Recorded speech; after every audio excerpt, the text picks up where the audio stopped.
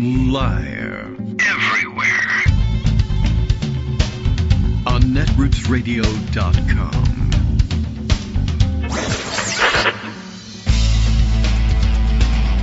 David Waldman.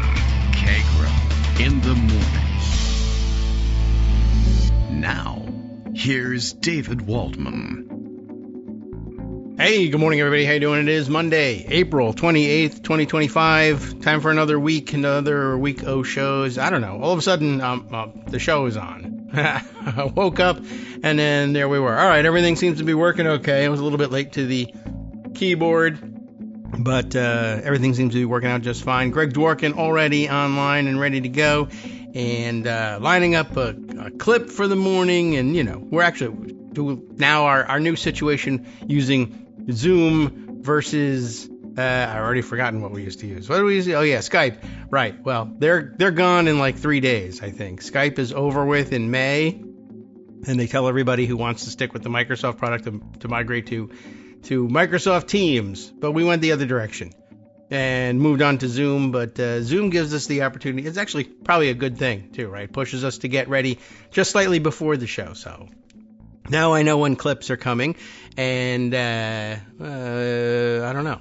Does that make me? I don't know. I liked it when it was a surprise, although I do like to be able to sound like I'm ready and able to play the clips. Oh, that reminds me. Yeah, it'll be time also to look for a new fanfare. We got to do that, and we'll see what. I think I still have some in my soundboard. I'll have to check and see what I've got that people had suggested that I use. Let's see. All right, I'll look around, and Greg, don't say anything until you get your fanfare. All right, I'm ready for your fanfare. This is a short fanfare today, and this too I think is a bit of a throwback. Everyone, Greg Dworkin. Now that's it, right? That's not a very exciting one, but I like that one. It's the old Imperial Margarine. Yeah, commercial. Exactly. Yeah, okay. So, you know, I think that all of your fanfare should come from 1950s TV shows. I think that's probably a good idea. I think we should do Rawhide next. Do they have a fanfare? I'll have to check around. I don't know. Or even if they don't have a fanfare. Just some kind of rumbling. We have a Blues Brothers playing it, or something. All right. Yeah, Rawhide, right. Okay. We could bring old TV. Well, I think to a certain extent they'll let us get away with old TV shows. And then, I don't know, then they'll start suing us at some point.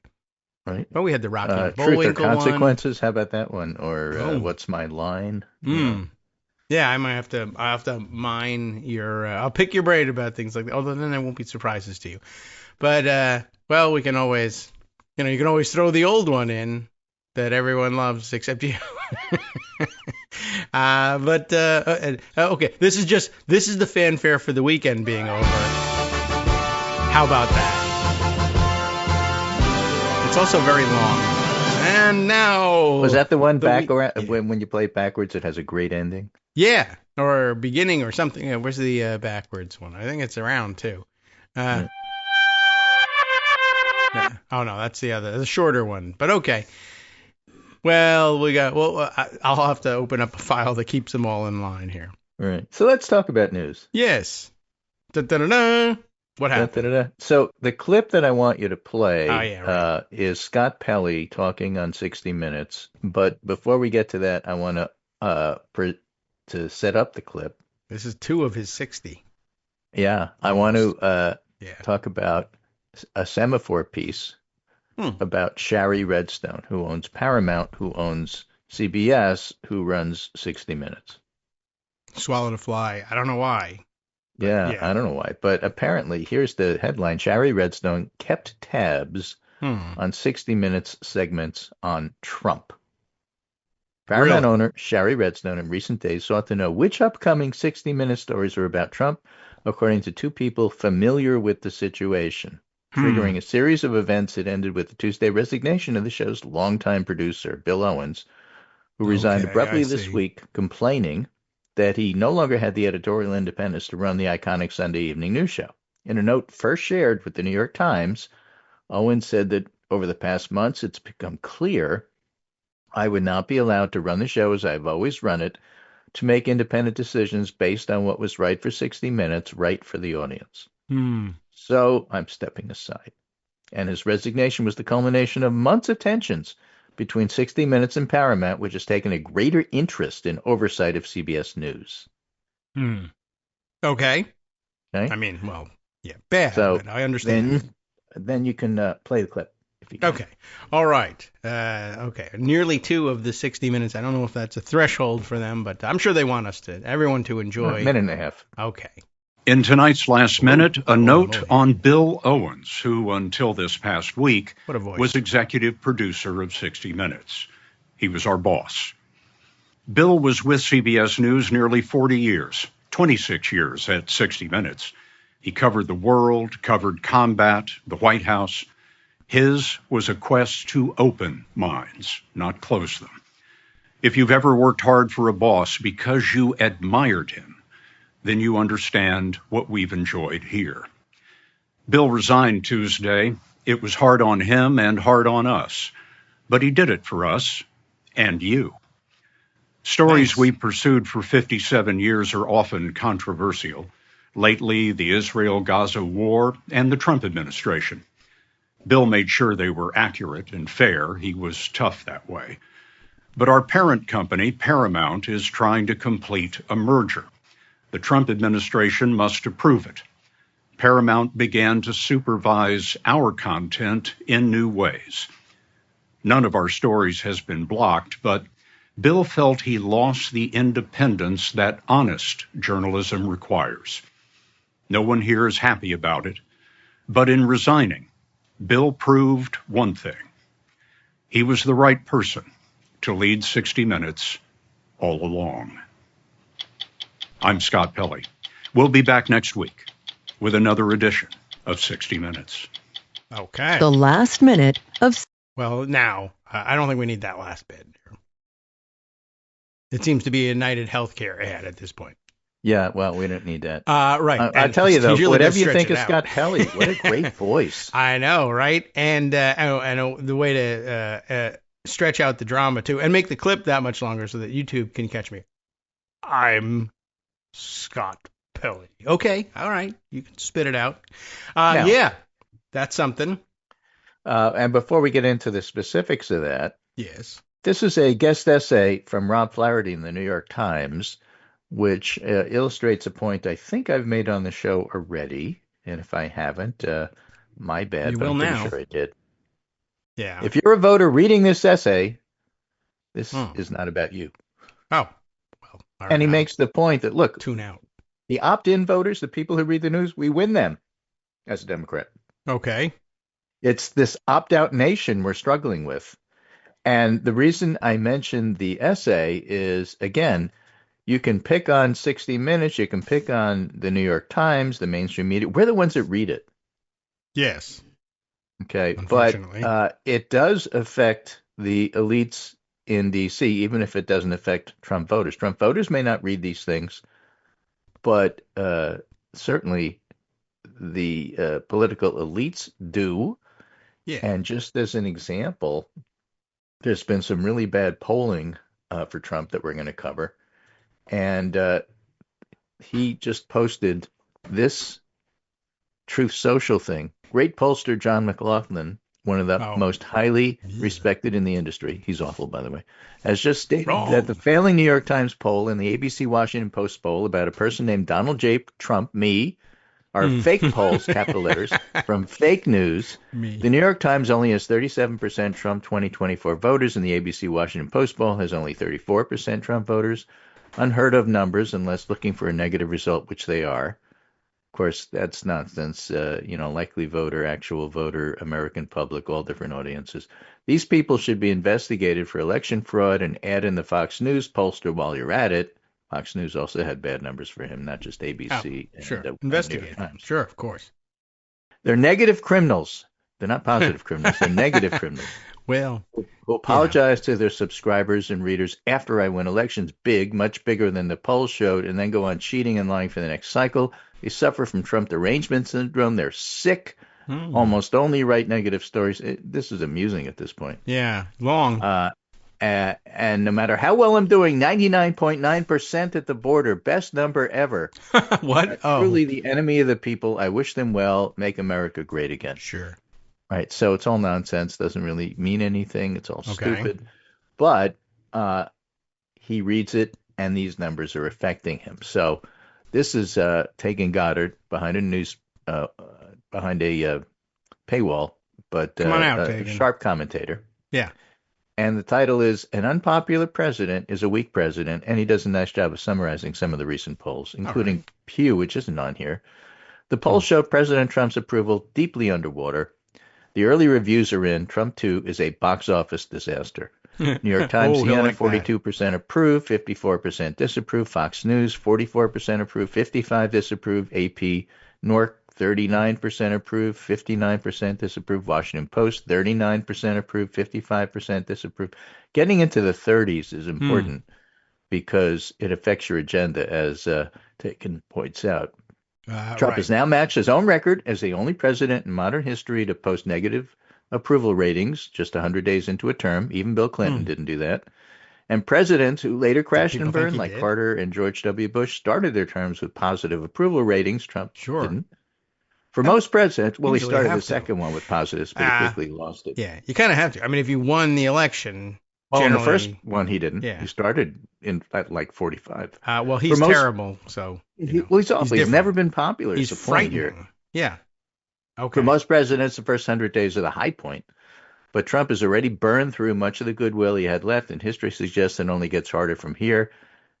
This ending is really why this is important. It isn't just gloating over, polling porn. Here's why it matters. An unpopular president has a much harder time wielding power. Resistance grows when he looks weak. That's good news for anyone worried about the future of American democracy.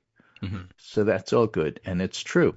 Even the Wall Street Journal has noted an unpopular president has trouble pushing his agenda through. That's important with the budget stuff due by the end of May. And the one big beautiful bill. Right.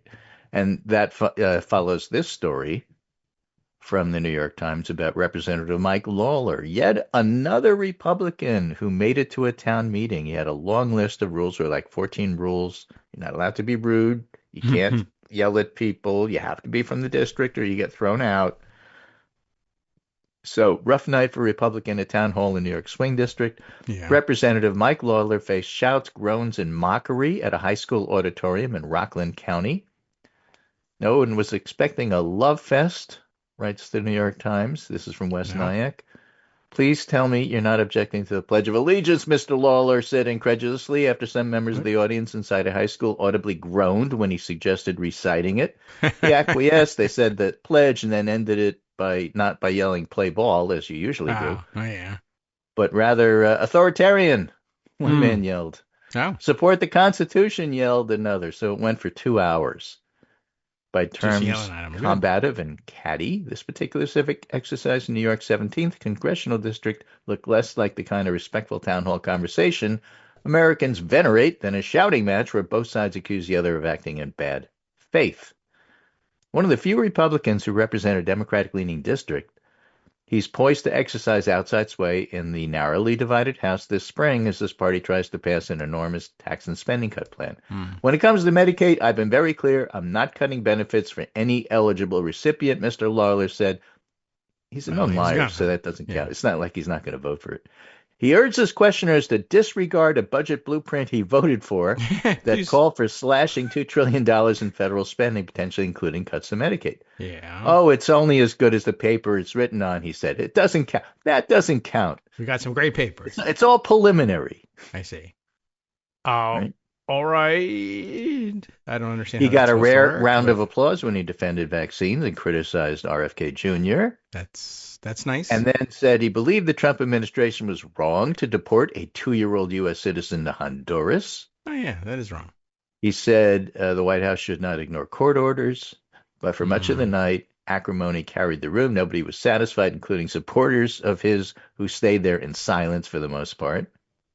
All right. In the crowd, which included only verified residents of his district, broke down into outright laughter when he said, whether people like the outcome of an election or not, the fact is we're a strong, united country. A large contingent started shouting, blah, blah, blah, blah, blah. Really? Drowning out the congressman as he defended aspects of tariff policy. Okay. Well, if you take the opportunity to listen rather than yelling, you might actually hear what you want to hear. Oh. Well, you told us what the administration should do. What are you doing? What Hmm. specifically are you doing that warrants the label moderate? Yeah. Folks, he said, taxing the rich isn't going to close our budget deficits, as somebody in the audience shouted. Yeah, just do it anyway. Okay. So that's basically how the whole night went. Huh. And the point is, what Trump is doing is not popular. He's not popular. His agenda is not popular. The people who are supporting him are not popular. And I don't get it with people like Mike Lawler because he's putting his reelection at risk. Hmm. And it's town meetings like this that get the message through that, Yeah. maybe what I'm doing isn't totally working. I have to pretend to be moderate both sides because I don't like what Trump is doing on stuff that I'm going to vote for anyway. Yeah. But it's important for me to be on record as saying I don't like him before I vote for him. Well, I'm sure he just thought it would get him physically through the evening. Right. And his constituents are yelling, yeah, but how you vote matters. And no, you don't get away with it. They're just kind of astonished, I guess, and some of the candidates in a box suddenly figuring out, finding out that, well, there's real people out here and they'll get angry if you do too many They seem to remember my vote. Things. I can't believe it. Yeah. They paid attention. Ordinarily, like, who goes to a Mike Lawler town hall meeting if things are going normally?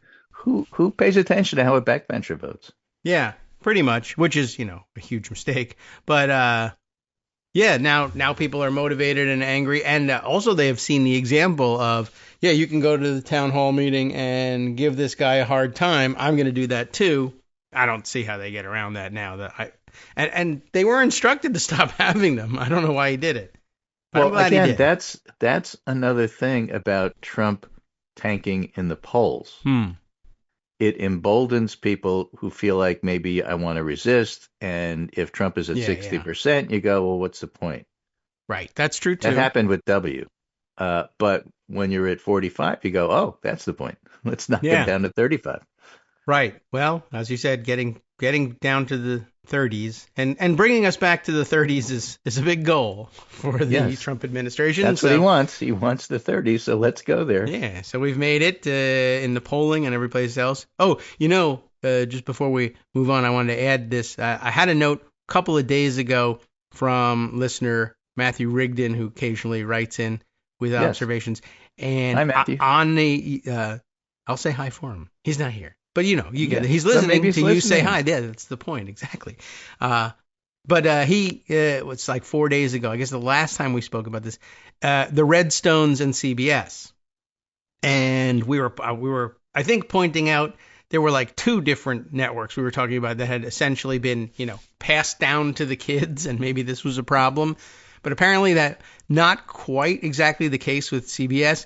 He had said the crazy thing about the CBS thing is that Sumner Redstone, the one we all remember anyway, the Redstone we remember of his owning and running CBS, didn't want his daughter to take over and actually sold off Viacom and Paramount. And after he died, she actually worked to buy it all back and put it back together again and is now selling it. So I don't know why she did it. I guess it paid her lots of money. Merging it. She's not selling it. She's merging it. Okay.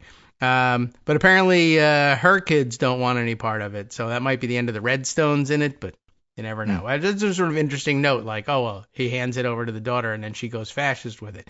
Well, he didn't, but she went out and grabbed it back anyway and then went fascist with it. Yeah, as the old Mel Brooks movie went, to Engulf and Devour Incorporated. Yeah, basically.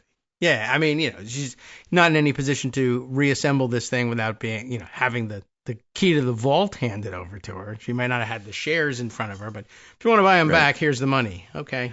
Thanks, Paul. So, but let's go over in the minutes we have left. Yes. We don't have 60 minutes left anymore, but no. We have a few minutes left before the break. I'm giving you the link to the Saturday pundit roundup that I had up. Oh, right. Because it has a link to the New York Times Siena poll, President Trump's first 100 days, and that's why all this polling stuff's coming out. Oh. By 54-42, Americans disapprove of the job Trump is doing. Majorities disapprove of his handling of the economy, immigration, Russia, Ukraine war, and trade. 56% say Trump's changes have gone too far. 66% call second term chaotic. Chaos agent. I remember saying that in 2016. 42% say Trump's second term exciting.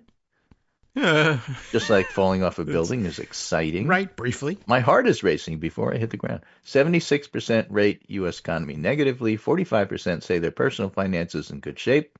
By 44 to 34, Americans believe Trump economic policies will hurt personally.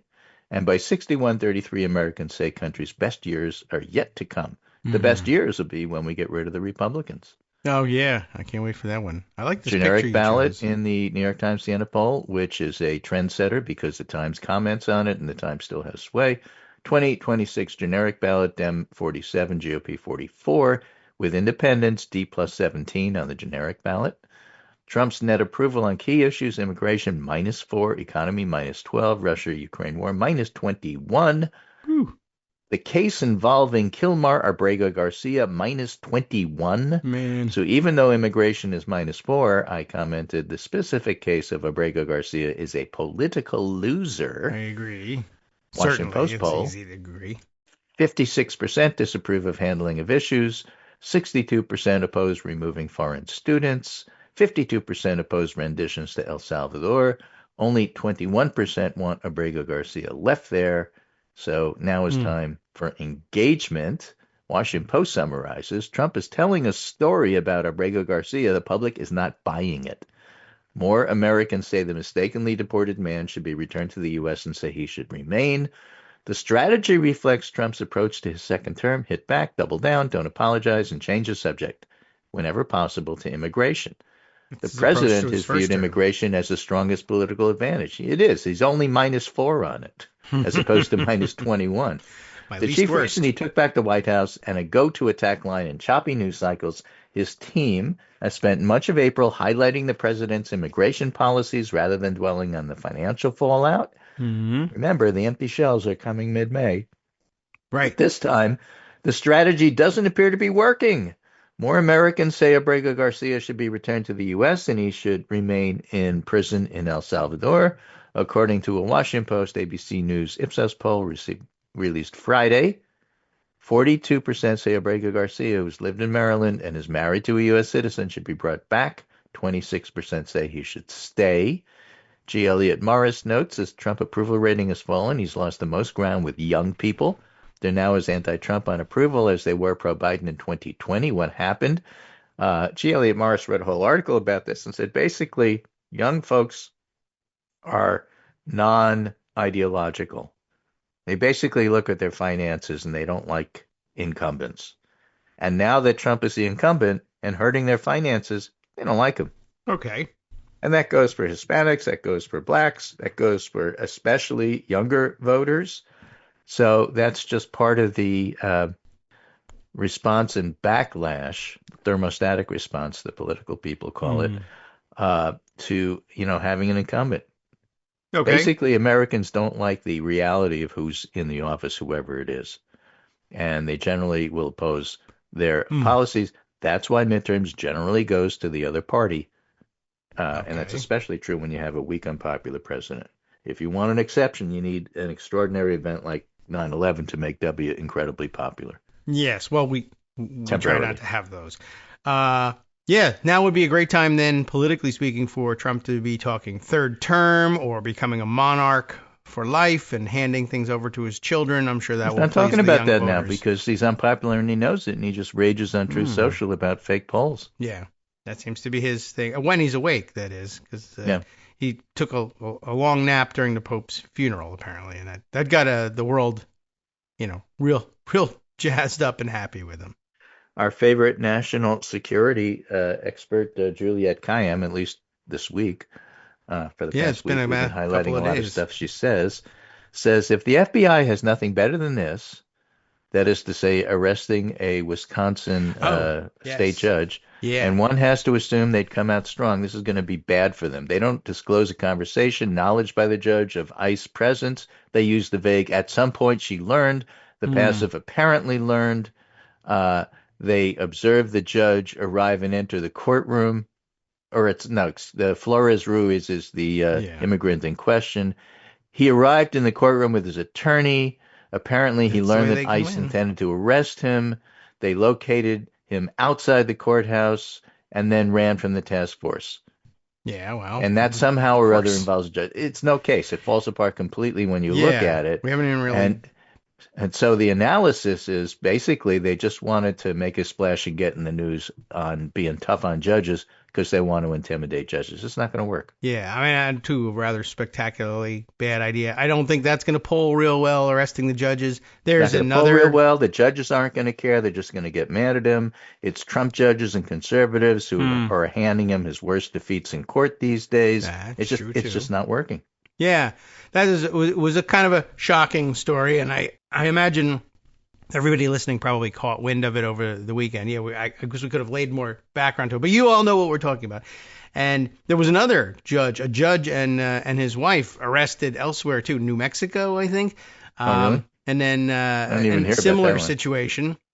Although I think they were employing a person, a defendant who was in trouble with the courts locally for something else and who also had an immigration issue, and they were employing them at odd jobs, etc. But they were, again, with a do not deport status.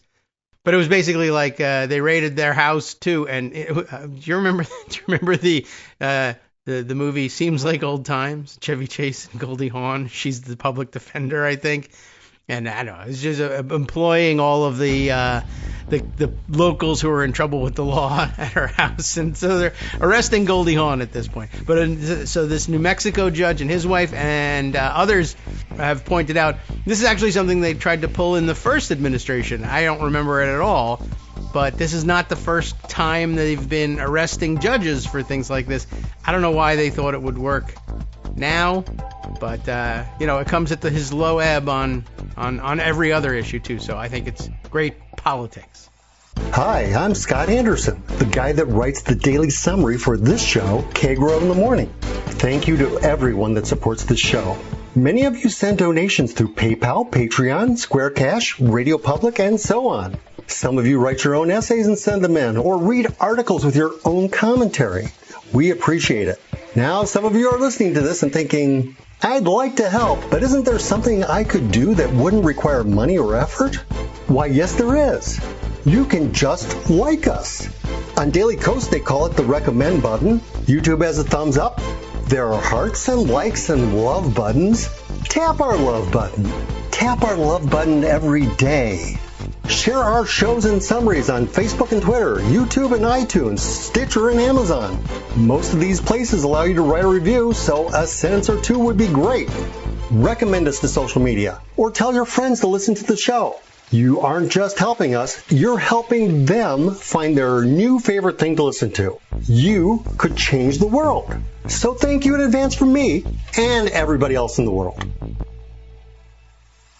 Welcome back now to the Kagro in the Morning Show here on Netroots Radio. We're still with Greg Dworkin. When we were exiting for the break, we were just, I guess, at the tail end of the story of the judge in Wisconsin, which I guess I'll bring up this story here to Judge Hannah Dugan is the county judge that we're talking about. It was a very interesting scenario, and it's still unclear to me, and I guess now the facts now finally being laid out since they have to try to make the case against her. But, I mean, she was doing a pretty basic thing that, there was a courtroom proceeding going on, and ICE wanted to make a very showy arrest, but they wanted to apparently try to arrest him in the courtroom. And the judge, what do judges always say? What's the stereotypical judge line if they've only got one line in a movie and they're pounding the gavel, there's chaos going on, and blank in the court. What are they always asking for? Order in the court. Yeah, right, exactly. Oh, your favorite, right. So, that ought to tip you off. They're not going to want disorder in the court. And, of course, the court has a very strong interest in, they don't want immigration status to stop people who have concerns about their immigration status, even because they might be here illegally or whatever. They don't want that to stop people from coming and reporting in as witnesses. They don't want people to come in or skip their court dates if they're the defendant, or to be afraid to press a case against somebody else. So it's very important that they say, look, this is a place where you have to come and be able to kind of neutrally participate in the execution of justice. They're not going to want people grabbing them if they've come to to fulfill their obligation to speak to the court. I sent you a clip. It's 30 seconds. Oh. It's John Burkow's best bellows as Speaker of the House of Commons. Oh. I'll never forget this guy. He's not there anymore, but he was so good. Oh, okay. Let me see. I'll take a look. But yeah, is it just a compilation of his best bell? All right. Well, let's see. Yeah, it's at the bottom of the well, it looks like there'll be. Chat. I'll have to work on it because there's going to be a ski resort ad for. Oh no, maybe they'll skip it. That's nice. No, I didn't see it when I. There we go. They flashed it up on the screen, but didn't auto play. Order! That's your guy. Order! That's my guy.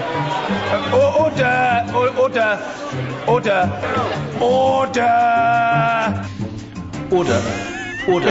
Well, that's what you're looking for in the court, as well as in the House of Commons. Exactly right. Order. And that's the reason why she did it. And then eventually she also didn't want a circus outside in the hallway. Leave by the side entrance, I guess, is what the government was claiming. She was trying to get him to, encourage him to escape. She was just, maybe, but she was at that point pissed at them. But it was, you can't do that to a judge. They're kind of the kings and queens of their courtrooms. Yeah. And they're not going to like it. They don't like it. There was another judge, as I mentioned, that's the AP story, ex-New Mexico judge, and I think he's rather recently retired, arrested in a case involving a man, again, suspected, and it's really too much to even say suspected, accused of being a Venezuelan gang member, which I bet is not even true. But another local county judge, Doña Ana County Magistrate Judge Jose Luis, or Joel Cano, arrested on Thursday, along with his wife. I guess they were, employing this guy around the house or around their property. And anyway, I guess that's part and parcel of their intimidation theme. And also over the weekend, Charlottesville, Virginia, the site of an ICE grab of another immigration suspect who was in the courthouse. Not certain why that person was in the courthouse individually. But again, no uniforms, no badges. One of the alleged officers with a ski mask over his face. Like, where are you guys? What makes you think you can do this? And what's the difference between that and somebody jumping out and just mugging a guy? We don't know. And again, bystanders who asked, who are you? Identify yourself. Do you have badges? Anything? And apparently the local federal the federal authorities in the area, U.S. attorney, et cetera, are now saying we're going to arrest and prosecute the people who, quote unquote, interfered with this arrest. The people who asked, who are you? Where are your badges? Are going to be arrested as well. I don't need no stinking badge. Yeah, apparently not. And a couple of years ago, somebody would have shot him and said they were standing their ground and they were a good guy with a gun who stopped the crime. But, it was a very interesting, and I'll spend time on it later on that particular story, because there's a lot of interesting angles in terms of the comments from law enforcement. I would have to say, quote unquote, law enforcement, because maybe they're not. I don't know. No badges, no uniforms, nothing. I don't know. And the spokesperson wanted you do that anonymity. in Idaho, you get prosecuted. Yeah, that's true. We just had that story finally resolved. The people are facing charges. The 6 people who are private security working at another town hall meeting dragged scare quotes around private security, and I mean scare quotes. Yeah. All right. Okay. Well, I won't take up the rest of your time just yet, but I will return to this in the second hour if you have other things to go do. If you want to stay on this, a couple of other things. Again, it's funny. All this stuff happens over the weekend, and Monday somehow or other I only have 35 minutes worth of material here. But this is I think, important and interesting, although deeply dissatisfying piece by Barry Bacon Jr. In the Washington Post. Democrats need to win moderates. This is how. Uh-oh. And he doesn't really tell you how. What he tells you is how difficult it is to do. Democratic moderation is complicated. Here are 5 different kinds of moderate. It's not as simple as it sounds. Right. A lot of political commentary implies there's a moderate or centrist playbook that aspiring Democrats can easily follow and win. No, you can have a candidate in a box for Republicans. It doesn't work with Democrats because it's a coalition. The reality is more complicated. Democratic candidates are winning in red and purple areas. Not all is lost. You can't do a candidate in the box and get a Jared Golden in Maine. I mean, it Mm. just does, or Jared Paulus in Colorado. No Doesn't work Jareds. that way. No Jareds. But they are using a variety of tactics. The real question isn't whether to appeal to moderate, but how. And here are some of the kinds of Democrats they would have to appeal to. And I guess underlying all of this, although he doesn't explicitly say it, is that there's really no such thing as a moderate. Mm. There are people with extreme views on either side who average moderate, but there's nothing moderate about any of what they think. I see. Bipartisanship not being too anti-Republican, people like Amy Klobuchar or Jackie Rosen or Elise Slotkin or Joe Biden or Gretchen Whitmer. These are all bipartisan, not too anti-Republican. The appeal to anti-Republican is an upside. The downside is it really annoys the progressive base and minimizes threats to the right. And it doesn't always work. See Biden. Mm. You can be a centrist on economic issues. Joe Manchin, enough said. Yeah. Okay. Now, there's a real electoral benefit in that approach, potentially getting the super rich in the Democratic corner, or at least out of the Republicans. But, otherwise it doesn't work. You can be a centrist on cultural social issues like Henry Cuellar, Ruben Gallego, Tom Suozzi in New York, Rahm Emanuel, Gavin Newsom. You could appeal to culturally conservative swing voters, but the downside is it's terrible policy. You depress the progressive vote, and you won't even win those culturally conservative swing voters. True. Right? Unlikely. Then there's the distancing from the Democratic Party. Jared Golden, Dan Osborne, Nebraska candidate who was an independent and refused to run as a Democrat, which is good. Distant. It's the only way you can possibly win in Nebraska. Washington Representative Marie Gluesenkamp Perez. Right. Okay. And potentially Alexandria Ocasio-Cortez, who's not hesitant to run against the party when needed. And the upside of that is voters hate both parties, and the downside is it's hard to win a primary. Yes. I think she's a lot less likely to do that these days. She's found a comfortable niche where she says, I do my work as part of the Democratic coalition in Washington, but yeah, I have my criticisms of them, but I'm not afraid to be one. So that's pretty. And now here's my favorite. That approach. Yeah. This is the fifth kind, which I think is the only kind that actually works. Oh. Moderation in persona. Obama, Baldwin, Roy Cooper, Andy Beshear, Ralph Warnock, Tim Walz. You can have really liberal policies just come across as a regular old guy, moderate type. Yeah, okay. And it's your demeanor that matters. And that's why, people, fiery speakers like AOC never really do it for me. I appreciate what she does. It's important to get out there. I think a Chris Murphy who comes across as a moderate, and some of these other folks like Beshear can say or do really liberal things because they just come across as an aw shucks regular person. Yeah. And as long as you do that, you can get away with a whole lot. So the upside, says Perry Bacon, is that liberal policies aren't sacrificed, and the downside is it's really hard. You can't just become. Yeah. I mean, Chuck Schumer can't all of a sudden become somebody who is really interesting. Yes. You can't just That's true. I'm going to be a politician with charisma, says Chuck Schumer, and everybody laughs and leaves. I mean, it's hard. You have to charisma have it. Store. You have to be there. You have to, have this innate talent. And if you don't have it, you can't teach it. Right. I ordered my charisma from China, but it's not going to show up now. Yeah, certainly those shelves are going to be empty in mid-May. The charisma store called. So he's looking more toward 2028, the next time a presidential candidate runs. But I think it's true in general. And so people like, for example, Mike Lawler, we talked about that town hall, for example. Yeah. Lawler likes to come across as a moderate, but he isn't. I mean, it doesn't seem like, okay. Not to me, anyway. Yeah. But I'm sure that's what he's going for. You're probably right. So he says, well, I'm a moderate. Look, I say things that are bashing Trump. It's just that I'm not a moderate when it comes to actually voting. Yeah.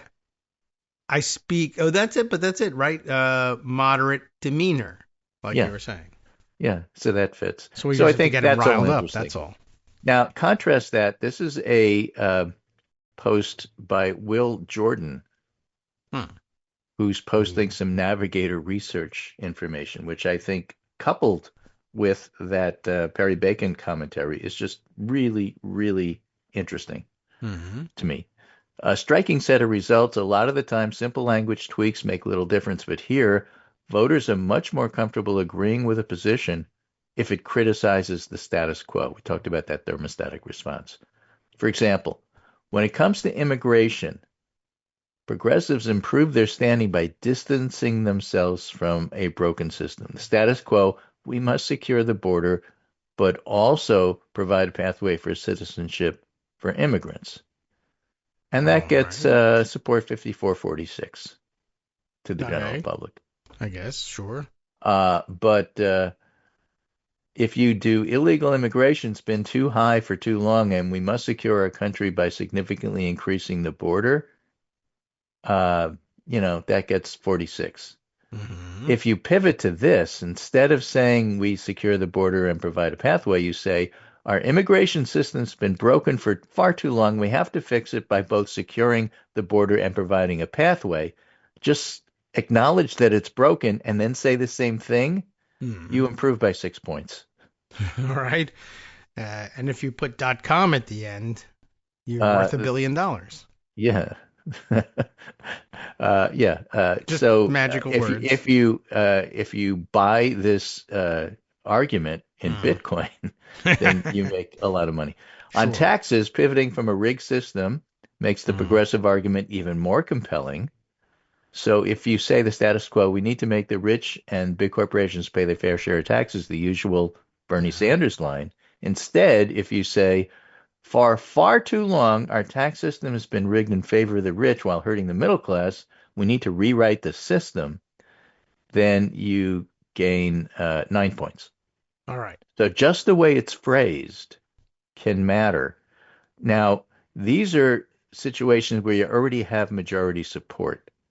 So you can't reframe an argument away from it's unpopular to popular just by doing a Franklin's focus group. It doesn't work that way. For far too long, Americans have had 2 feet, and it's time for us to chop one off of every adult American. No, that doesn't actually. You're reframing that won't. No. You have to.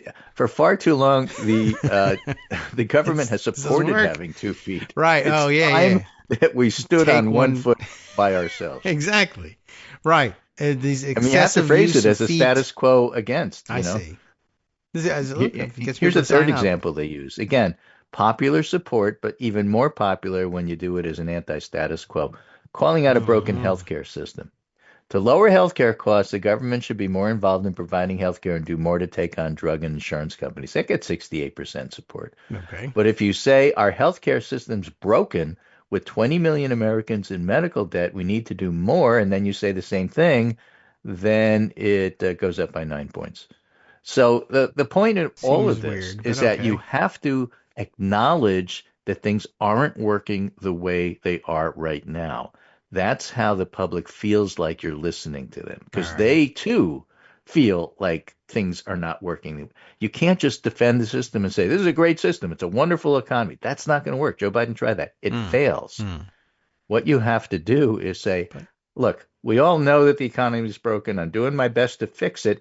Here's how far we've come from where we were with the last goon who was in office who tried to bust you. Okay. And here's where we need to go from here. And that's more an Obama style.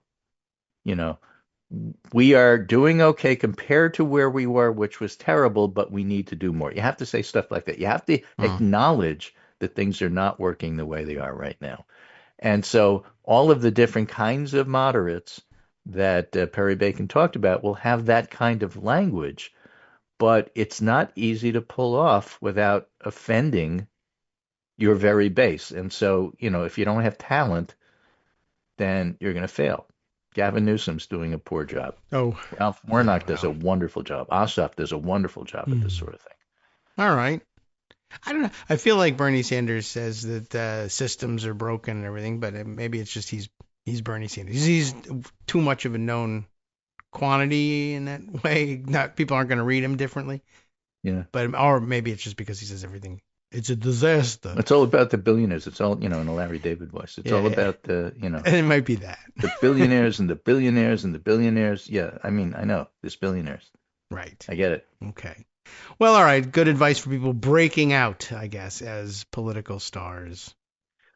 But, it just emphasizes the fact that you may call this a center-right country, but the fact of the matter is that progressive policies are relatively popular, and that's why it's so easy for the younger voters being polled by the Harvard Youth Poll and others to break from Trump right away. Look, I voted for you so you would lower prices and make it easy for me to buy a house. Instead, what you're doing is you're sending us into recession. We're probably already there.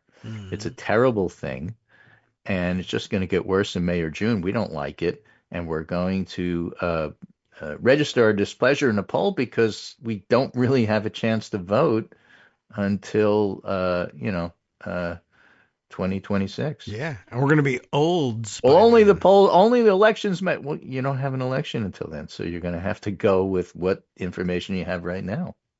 Okay, and that's polling. Yeah. Well, all right. And then shove it in their face and say what you're doing isn't popular and you are threatened in the next election. That's the only way to do it.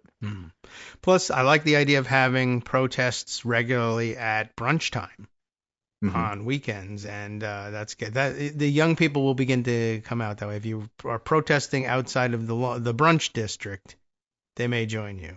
That's what's happening. So I'm sending you a chart, which I came across, which is essentially pointing out just why we're already in recession. People just don't know it. Why? And that's because it takes a while for this sort of thing to, percolate. Okay. So this is the first quarter of 2025, cancellations of announced clean manufacturing investments in billions of dollars. Billions. In 2023, it was about $1 billion. And in 2024, it was between $1 and $2 billion. And in the first quarter of 2025, these cancellations are now up to $7 billion. Clean manufacturing investments. I see. So if you cancel your investments, it's because you think the economy, it's like you were going to build a factory, but now you're not because you're uncertain about the economy. Right. So you're not investing because you think things are so uncertain, you cannot be guaranteed your investment's going to matter. Right? That's the same thing as looking at empty LA or Los Angeles or Port of Seattle berths and cranes, and that was big seeing that the ports are completely empty of ships, and there's no ships coming in, and there's no ships waiting in the channel to dock and get unloaded because they're all empty and they're not doing any business. Yeah. And that's happening now, and you're not going to feel it unless you're a longshoreman until mid-May to beginning of June, because that's how long it takes for the shelves to empty and the stores to run out of the stock that they have put aside, because they only have 30 days. So where did you find this chart? Where did that come from? So that comes from Brian Deese, who's posting it on X. Oh, okay. Now let's see if I could find it. Yeah, if you grab that, I'll point people to that. But I can, I don't know if anybody's going to need to read the chart, but you brought the point across. The logistics of the supply chain, I learned from Which COVID. We talked about on Thursday. Yes, and I learned about it, it's done in, a couple of ways. One, COVID brought it to the fore in terms of mainstream news, but also that's part of the workaday professional background of the other half of the production staff around here. Yeah. So I always learn about these things, and it's amazing as a procedural story in a way, which I love. Just you see what are all the other things that are connected and the knock-on effects of a problem like this. So over the weekend the big story was someone reporting, these West Coast ports are empty and nothing's going on in them. There's no cargo being unloaded. That in turn, pretty soon the long haul truckers will realize that we have no work to be done. I guess there's stuff to be moved around domestically, but containerization of shipping is, like it makes it impossible for the truckers to say, well, it doesn't have to necessarily be coming from China. It can still be coming from elsewhere, domestically being shipped, or places with lower tariffs. I'll just go and I'll wait until there's enough cargo to fill up my truck and make it worth driving to Philadelphia from wherever I am, or whatever the assignment is. But it doesn't work like that. With containerized shipping, it's like there's either a container or there isn't. So if they're not, if China's not sending them and they're not full, they're not going to show up, and there's just going to be no work for you. But in addition, the other way around, and this too with the factories and investment in manufacturing, the idea that, if we just tariff, add huge tariffs to everything else coming in from outside of the country, people will just build things domestically.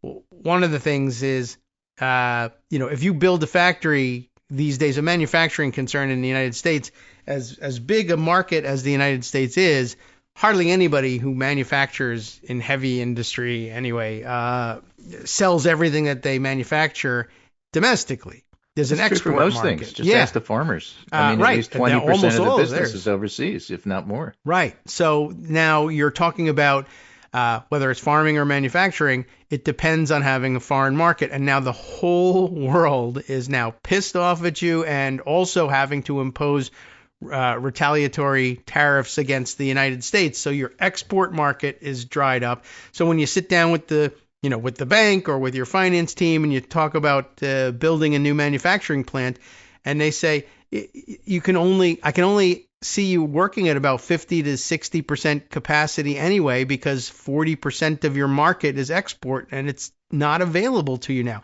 And even if there weren't retaliatory tariffs, here's another great story about the logistics supply chain. None of those containers coming from China means no empty containers to send stuff out in. Also, that happened during COVID when the shipping stopped, and we realized even if we wanted to make and move things domestically, there was a shipping container shortage. They were all stuck in China. Right. So now there's like a million reasons why this is not going to work. It gives you the impression one didn't think this through. Yeah.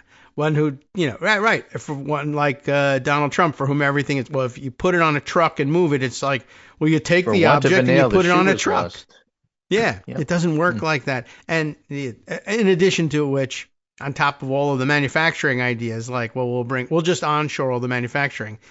Again, the reason all the manufacturing at first was in China, and if you take that away because tariffs, it was because they had this huge advantage in labor costs, and it's because you can basically work people for slave wages there. But the economic point, besides the moral point of it, is if now 145% tariff means it's no longer relatively cheap to manufacture in China, people aren't going to say, well, let's go to the most expensive labor market instead and see how we do with that. No, they're going to move to the next cheapest one that has a 10% tariff.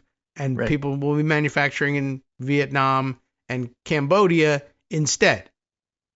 And so this just came across from Politico. Yes.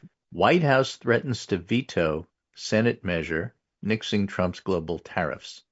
The Senate is expected to force a vote this week on the resolution. Now, again, what does it mean to be unpopular?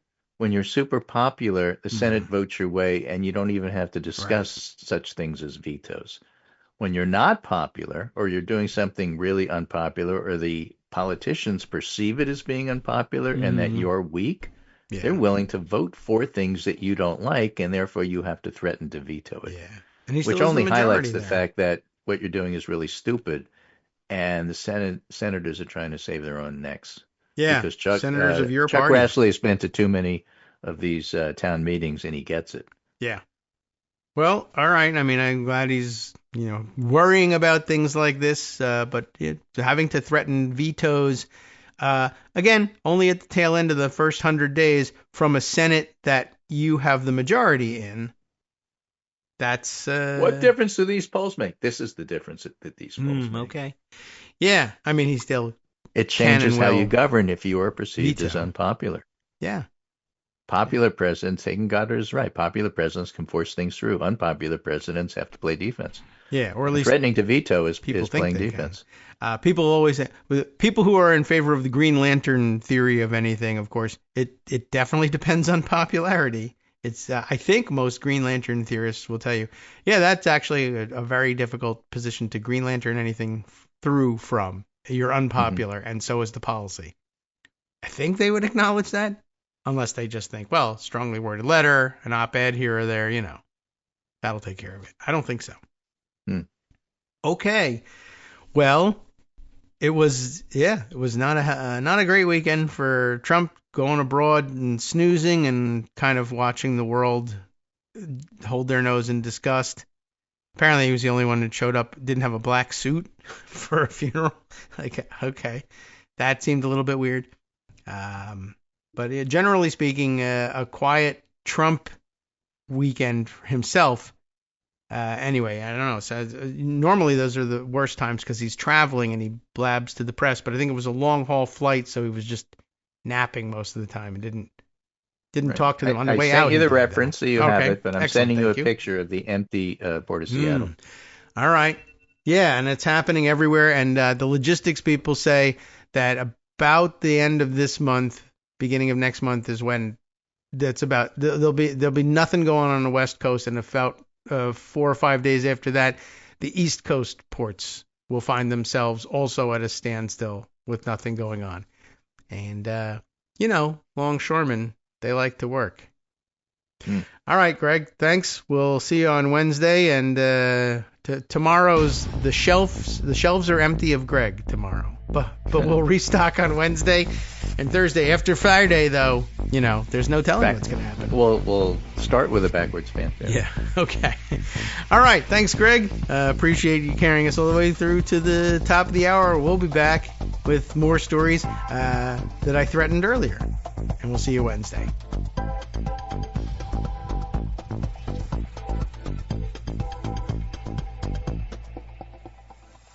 All right, welcome back now to the Kagro in the Morning Show here on Netroots Radio.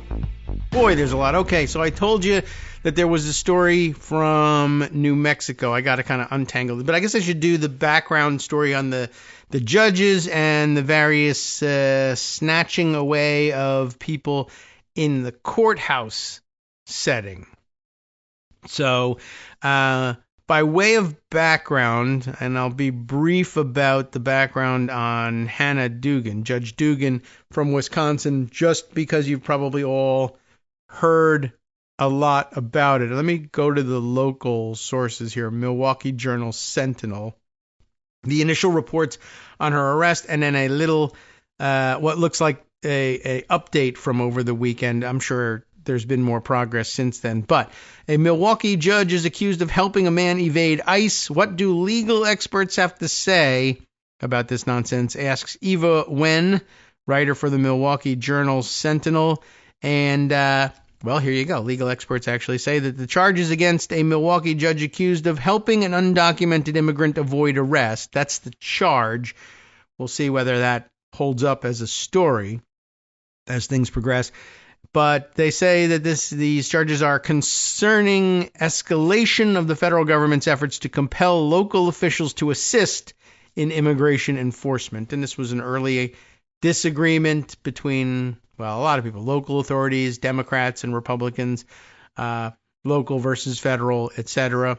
But Trump, well, he'd be right in saying, and his people are right in saying, well, he campaigned on this, and he did.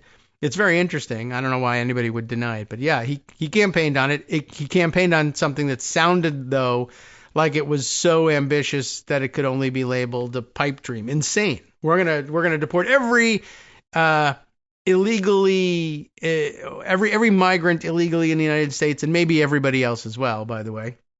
But that, of course, gave various communities the idea that, well, they don't mean me because I'm not either here illegally or I am, but I don't have a criminal record since I got here. But they actually kind of mean everybody. And then, of course, there's always the option of manufacturing a criminal record about you and then insisting that you're a gang member and so therefore invading the country and a terrorist, and then nobody wants to help you. But at any rate, there were early indications among Democrats like, oh, well, the Republicans love to complain. What about these sanctuary cities? There are large cities governed by Democratic mayors who say they won't cooperate with our efforts to root out illegals or pretty much anybody who's brown that we can frame as being illegal in some way or another. And we're gonna get them. We're gonna show them that they can't do this. And this is, I guess, part of this effort that we can come after local authorities and assert federal jurisdiction here. The charges for Judge Dugan here stem from an incident on April 18th when agents from the U.S. Immigration and Customs Enforcement, or ICE, attempted to arrest a Mexican citizen after a hearing, although they first tried to arrest him, I think, before or during a hearing, in the Milwaukee Circuit Court, presided over by Judge Hannah Dugan. Sources told the Milwaukee Journal-Sentinel that Dugan directed the ICE agents to Chief Judge Carl Ashley's office. And that, I guess I have my questions about what does that mean? Because that may mean, hey, listen, if you want to arrest somebody in my courtroom, first of all, no. Second of all, if you have any complaints, take it up with the chief judge. His office is over there.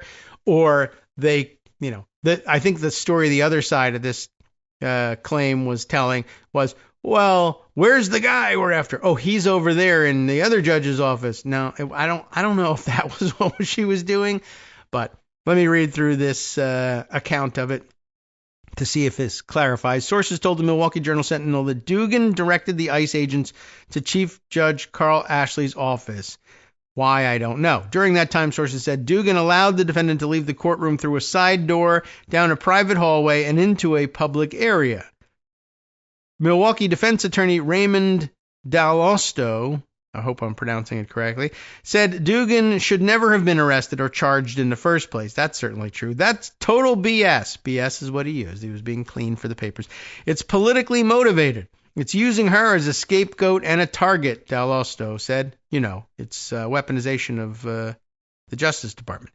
Anyway, Dalosto has said he has taken clients down side doors in the past, and that should not be seen as nefarious. You just don't want to necessarily go out into the public area of the hallway right out of the courtroom where there might be people lying in wait for you or just huge crowds. And it's traumatic enough. Even if you've been here as a defendant, we don't need to make things worse for you.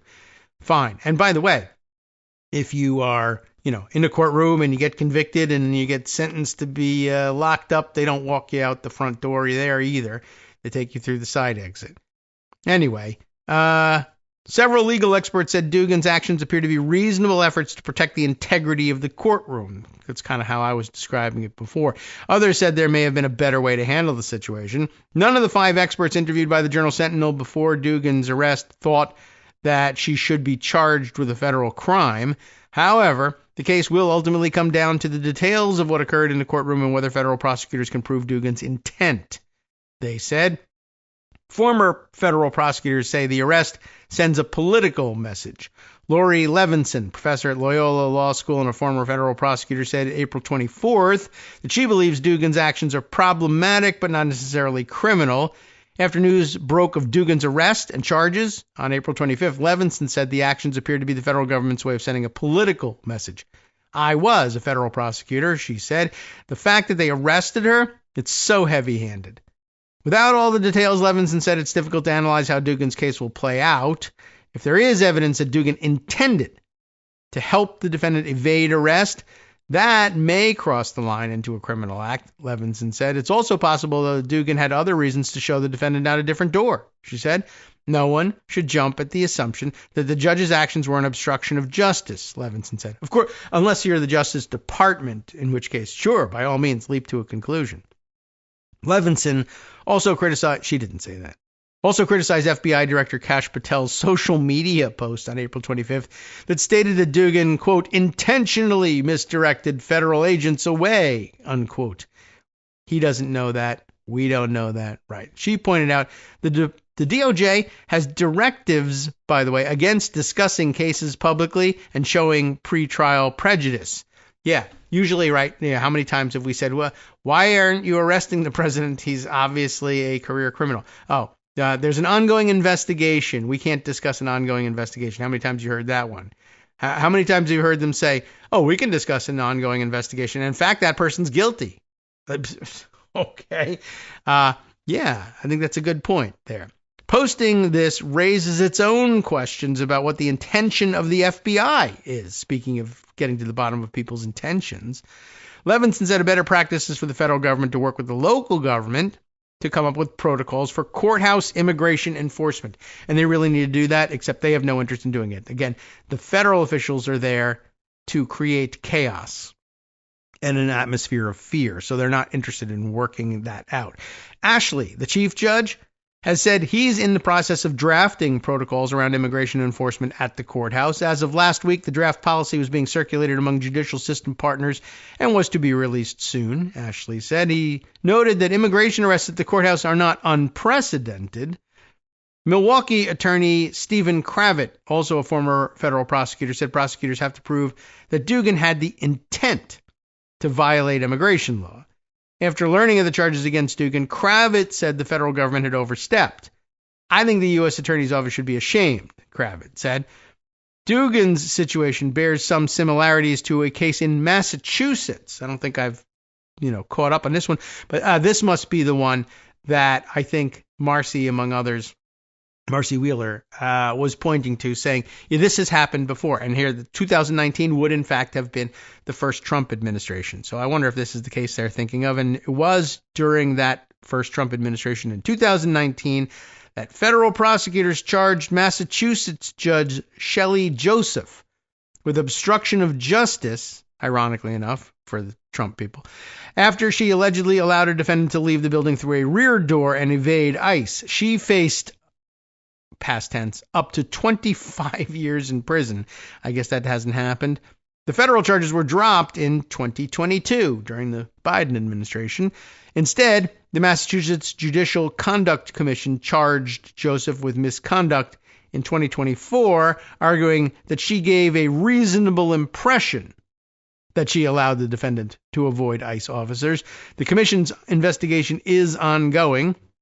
Whether ICE agents carried a judicial or administrative warrant matters, experts say. This is also, not only true, and something we hear very frequently from people who are looking to spread the word about how to defend people from immigration authorities overstepping their bounds, in particular, that you should be alerted to the difference between an administrative warrant or an administrative order for someone's deportation and an arrest warrant signed by a magistrate judge. Two totally separate authorities, and they carry two separate sets of authorities when it comes to intruding on your personal property. An arrest warrant signed by a magistrate judge means, yes, the police can come in and arrest you, and an administrative deportation order does not. And that was part of the interest too, right? We're just still not entirely sure that the facts have been established about physically who was where and who said what to whom when it came down to ICE saying they wanted to arrest this person who either was in or was shortly due in Judge Duggan's courtroom. But if you show up at a judge's courtroom and try to disrupt, the order, we don't say with that accent, but you try and disrupt the order of the court, you're going to find that you're unwelcome. And if you at that point say, well, we don't care what you say, Judge, we've got an order for this defendant's arrest, and she says, do you have a warrant? Right? You better be right.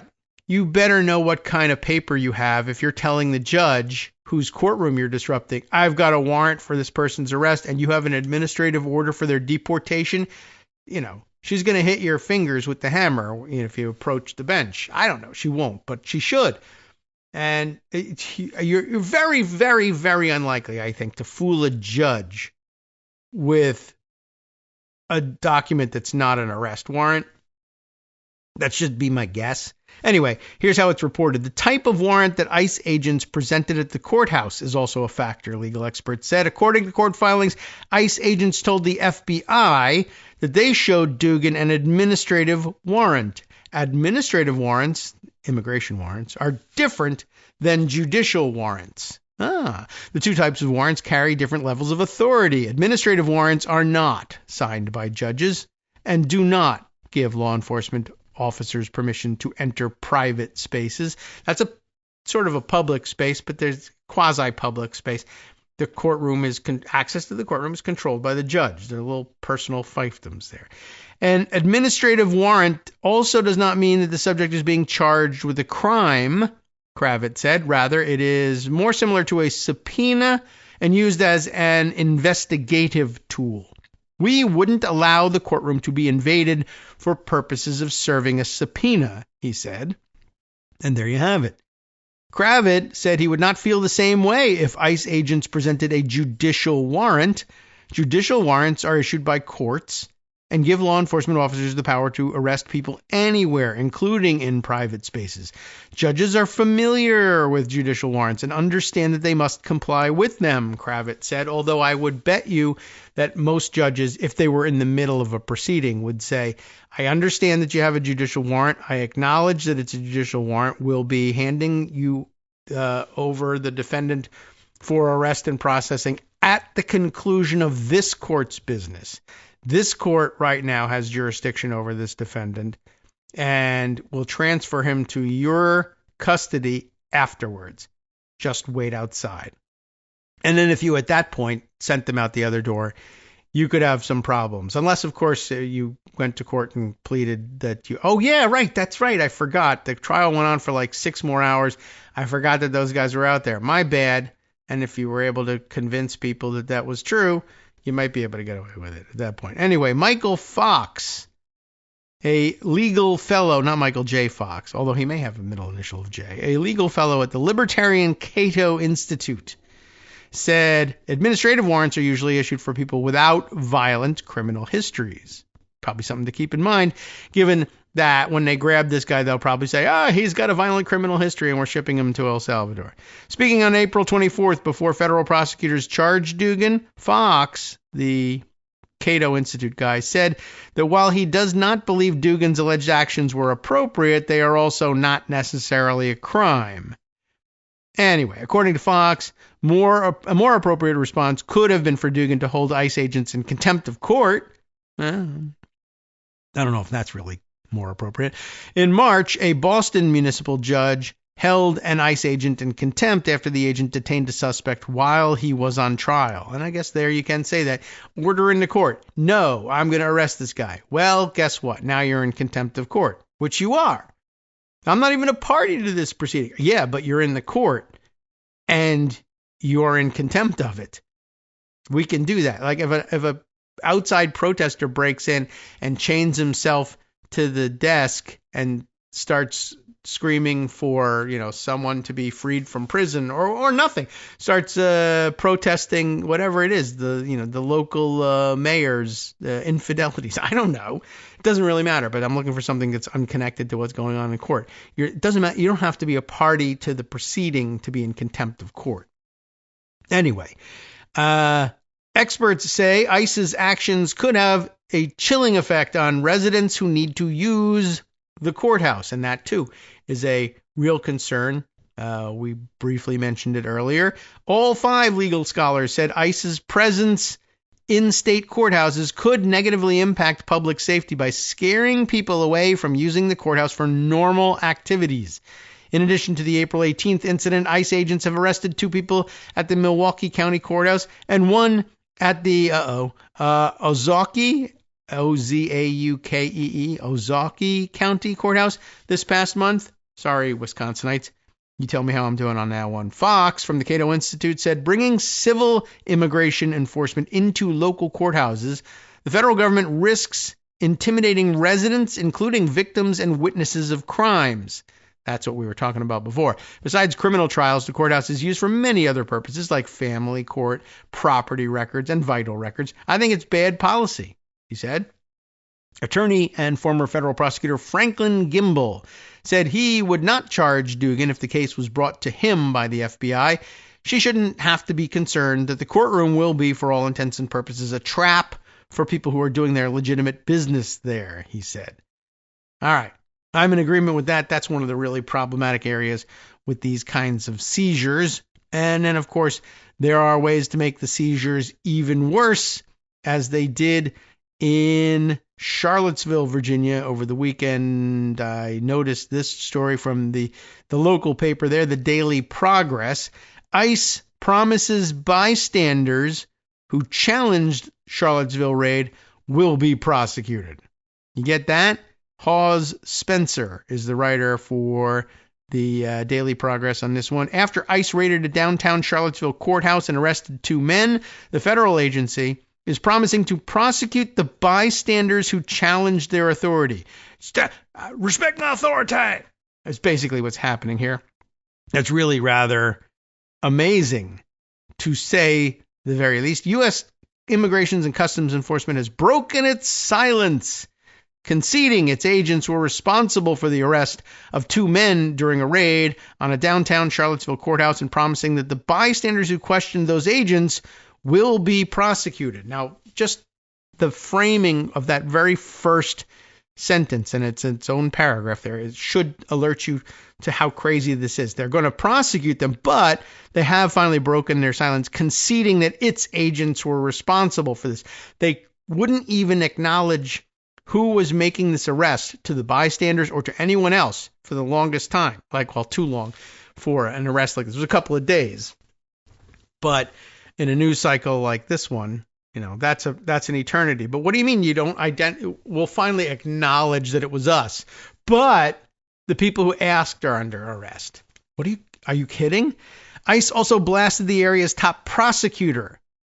Isn't that something? Who has announced that he will be investigating the raid as posturing for the media. In other words, the Commonwealth's attorney there in Charlottesville, the state's prosecutor, says this was so weird and egregious and seemed to have been so improperly planned and executed that it warrants investigation. Are you just basically doing this to create an atmosphere of chaos and instill fear in people? Now you're making people who may or may not even be immigrants. They're just brown and therefore worried about being suspected as being immigrants by ICE agents who don't care about anything. Then they can't even go and make suppose they wanted to build a factory to manufacture things domestically to get around the tariffs from China, just as President Trump says he wants people to do, but they are themselves of Latino background, or for that matter are Indian American and brown, and it doesn't matter to ICE agents who think anybody with any pigmentation is illegal. And all they're trying to do is register the property that they bought where they're going to build one of these factories. So they come to the courthouse to register the deed, and now they find themselves, 6 days in the lockup in Louisiana trying to straighten out why they didn't have their identity papers with them when they were going to pick up a form that they had to fill out at the county register of deeds. I don't know. Anyway, but check this out. ICE blasts the area's top prosecutor, who says he's going to investigate. Now, here's how the blasting goes. Ready? It is shameful. That is kind of blasty, right? It is shameful, wrote an ICE spokesman who declined to be named in a Saturday morning statement. And I'll read you the rest of the statement in a second. But again, it is shameful, wrote the spokesperson, ashamed to give their name for some strange reason. That's the shameful act? Looking into whether or not the people who were grabbing people off the street or outside of inside the courtrooms or inside the courthouse were really authorized to do so, or actual federal agents or not, or to say that you handled this thing so poorly that it warrants an investigation. That's shameful. But you're a spokesperson for a federal agency. What is this anonymous stuff? You're the spokesperson. It's not that you're not authorized to speak to the press. Why aren't you giving your name? And this is the huge problem. And I understand there's a lot of people who say, well, if we revealed our identity as ICE agents, we would be targeted by, I don't know what, the immigrant community, I guess, who would be mad at us. They might be. But one, I haven't seen that happen. And two, I'm sorry, but what comes with the power to be able to judge people suspicious enough to grab them off the street and whisk them away and put them on planes and render them to a gulag system, whether here or in El Salvador, and keep moving them around so that the justice system can't catch up with them, we're going to need to know that you're actually authorized to do that. And in order to do that, we're going to need to know who you are and by what authority you act. Even the spokesperson is hiding his identity. That's amazing. It is shameful, wrote an ICE spokesman who declined to be named in a Saturday morning statement, that the Commonwealth Attorney, a sworn officer of the court and fellow law enforcement officer, has decided to prioritize politics over public safety, placing a criminal's well-being above that of the brave women and men in law enforcement, whom the Commonwealth Attorney took an oath to support. That is a jam-packed paragraph. It is shameful. It is not. Said a spokesman who declined to be named, that should never happen. That the Commonwealth Attorney is sworn officer of the court, yes. Fellow law enforcement officer, sort of. Has decided to prioritize politics over public safety, conclusory, but arguable.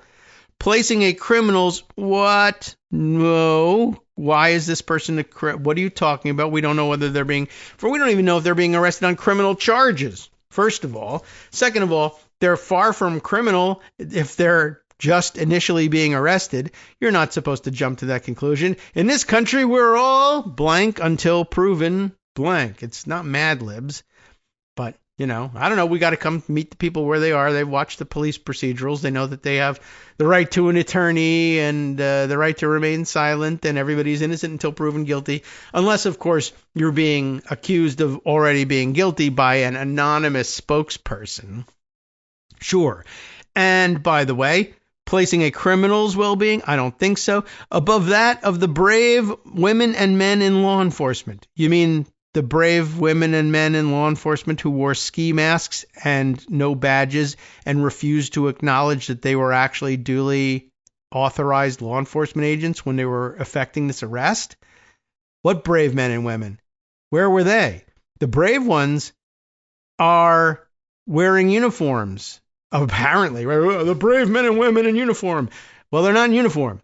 Well, the brave women of law enforcement. Well, where's your badge? Well, we don't have one. And, well, what's your name? Well, I'm not telling. The brave men and women of law enforcement, ladies and gentlemen. And then, so why place a criminal, but probably not, and certainly not at this point, proper to say so, criminals' well-being above that of the brave men and women in law enforcement who might not be in law enforcement at all and aren't brave enough to wear uniforms or badges, whom the Commonwealth Attorney took an oath to support? Also no. The Commonwealth's Attorney doesn't take an oath to support the brave women and men of law enforcement. They take an oath to support the Constitution and the state Constitution.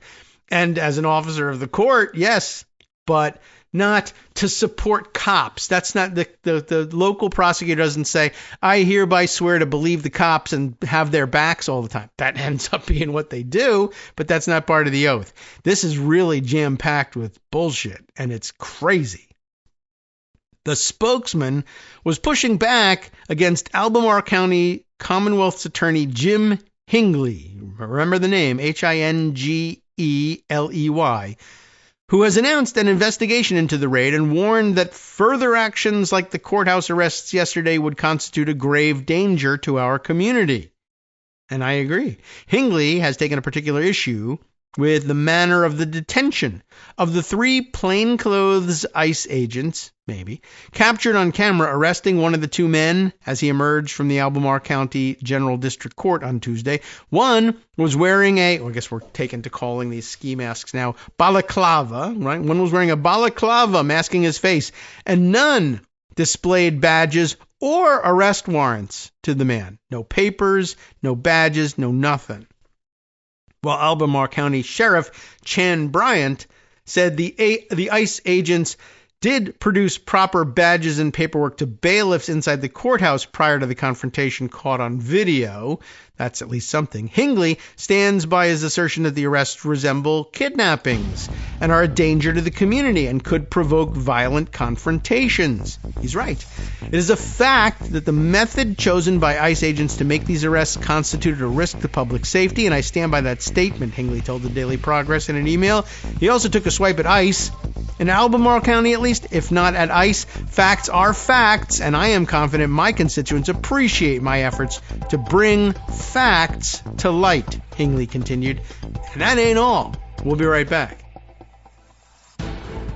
Hi, everybody. It's me, David Waldman. Yes, the same guy who interrupts you all the time. Interrupting you one more time just to tell you again, another reminder that your contributions are what keep this show on the air, and Patreon.com, Patreon.com, is still among the easiest ways to make the sustaining subscription donations that keep us afloat.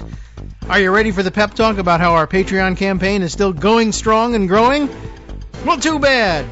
Yeah, the plain fact is we actually are headed in the wrong direction, and whereas we once had about 175 monthly patrons, we're now actually down below 150. Time to recruit some more. Not exactly the kind of news I wanted to share, but there it is. For those of you in a position to support the show, Patreon.com does make it easy to make those secure, recurring monthly contributions to do so. Patreon.com/KagroX gets you straight to our donation page. We've been through a lot together. The worst of the pandemic, we hope. The worst of the insurrection, we hope. So go ahead and treat yourself. You don't need an excuse. Give yourself the gift of a little something you enjoy in life. Support the show. And of course, if you happen to prefer using PayPal or even the Square Cash app, we're up and running on those options too. So thanks again, everyone, for all your support. We couldn't, or at least shouldn't, do it without you. Hope you'll be on board soon too. Thanks for all your support. All right, welcome back now to the Kagro in the Morning Show here on Netroots Radio. I'm going to stay down in Charlottesville for a minute. I know this is overly detailed, but this is, illustrative of a lot of things. I think we're going to see this case repeating itself in a lot of places around the country, and it's important to bring these points to light now. And it's to borrow the phrase of the anonymous spokesperson from ICE, it is shameful, and they're going to lose in a lot of courtrooms, and I don't know whether they really care or not, and they may in fact just be racking up the losses, which they then intend to use at the national Republican level to say, see, courts have been corrupted. They keep ruling against us. Well, you keep doing everything wrong, of course. That's why they're ruling against you. But if they can rile their base up against judges, well, then anything can happen. Or the justice system in general. I got more on that, of course. But back to Jim Hingley, the, so far, for the moment, hero of the situation there as Albemarle County Commonwealth's attorney. Hingley said his investigation into the raid is ongoing, regardless of what ICE says.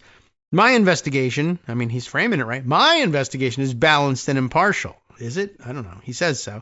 And I have received input from the federal agencies involved in making the arrests. All the more reason, it seems to me, to conclude that ICE's spokesperson's attack on my integrity was misguided, he said.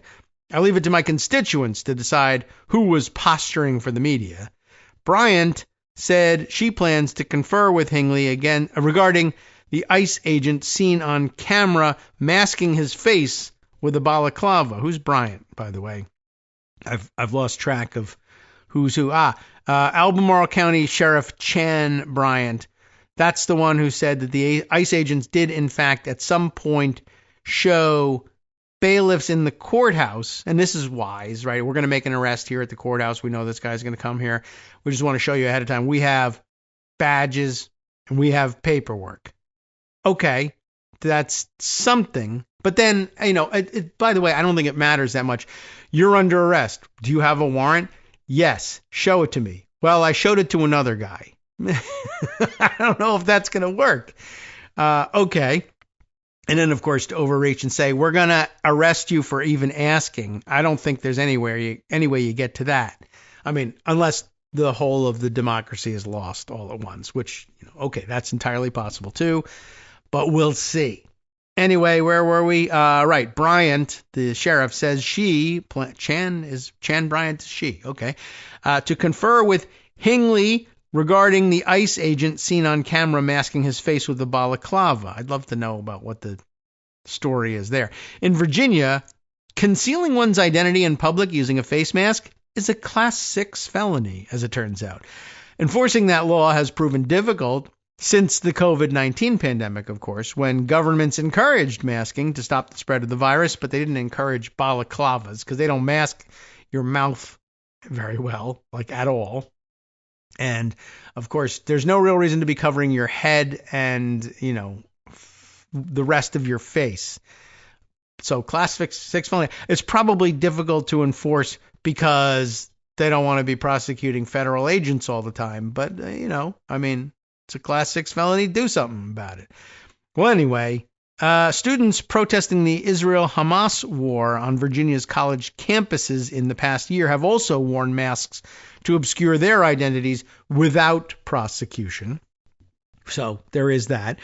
I would have to consult with the Commonwealth's attorney in reference to the face coverings because people come in court every day wearing masks, Bryant told the Daily Progress. Although, I suspect that the balaclava thing, you can't figure this out. There's no way to sit down and say, medical masking is one thing. And yes, people could abuse the right to wear medical masks to conceal their identity. That's true. But then, the balaclava gives it away. There's a hole for the mouth and the rest of the head is covered and there's no medical reasoning for that. I think we can distinguish between the two. Even an AI bot can figure out the difference between the two masks. I think we ought to be able to do the same. Okay, I guess that's on the agenda for later. The bystanders, two women who questioned the ICE agents and stood between them and their target outside the General District Court on Tuesday, also wore face masks. But again, they don't say, but my suspicion is that they were medical-style masks. ICE says the pair will face federal obstruction charges, and I'll bet you anything that when those charges come, if they try to bring them, they'll try also to charge them for that Class 6 felony of wearing a mask in public to conceal your identity, even though, come on, the ICE agent was the one doing that. The U.S. Attorney's Office intends to prosecute those individuals, ICE said, and I don't know whether that's really true or not. It may be. They could be ordered to do it, but they're probably already lying, just for the moment anyway, lying. The U.S. Attorney's Office in Charlottesville probably had no idea what this was going on at the time. Brian McGinn, a spokesman for the U.S. Attorney's Office of the Western District of Virginia, had nothing to add. We cannot confirm or deny the existence of an ongoing investigation, he told the Daily Progress, because he knew nothing about it, I'm sure. The two women appear to be volunteers with the Immigration Rapid Response Hotline, a public service promoted by several civil rights and immigrant support groups. A witness to the Tuesday raid told the Daily Progress that the hotline had been called when ICE agents were spotted. How do you even know they're ICE agents? Well, they're wearing balaclavas in a courtroom, I guess. The day before the courthouse raid, Virginia Governor Glenn Youngkin, announced that the first wave of an immigrant detention operation had netted 531 arrests, including 132 with alleged gang affiliations.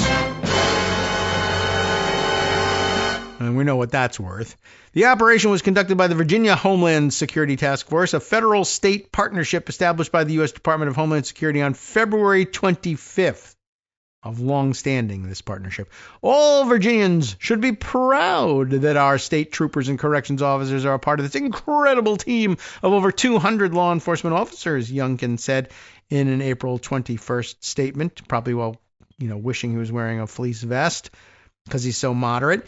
The fact that so many agents appear to be recently deputized could explain why the Charlottesville raid strayed from typical operating procedure, according to one retired FBI agent. They didn't train anybody. Because they don't care.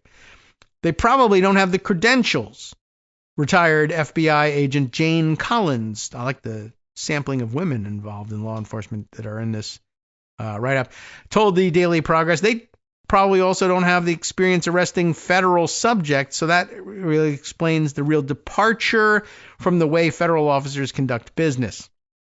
ICE has not said what federal charges the two detained men, both local house painters, face. Oh, the crime of house painting. Look out.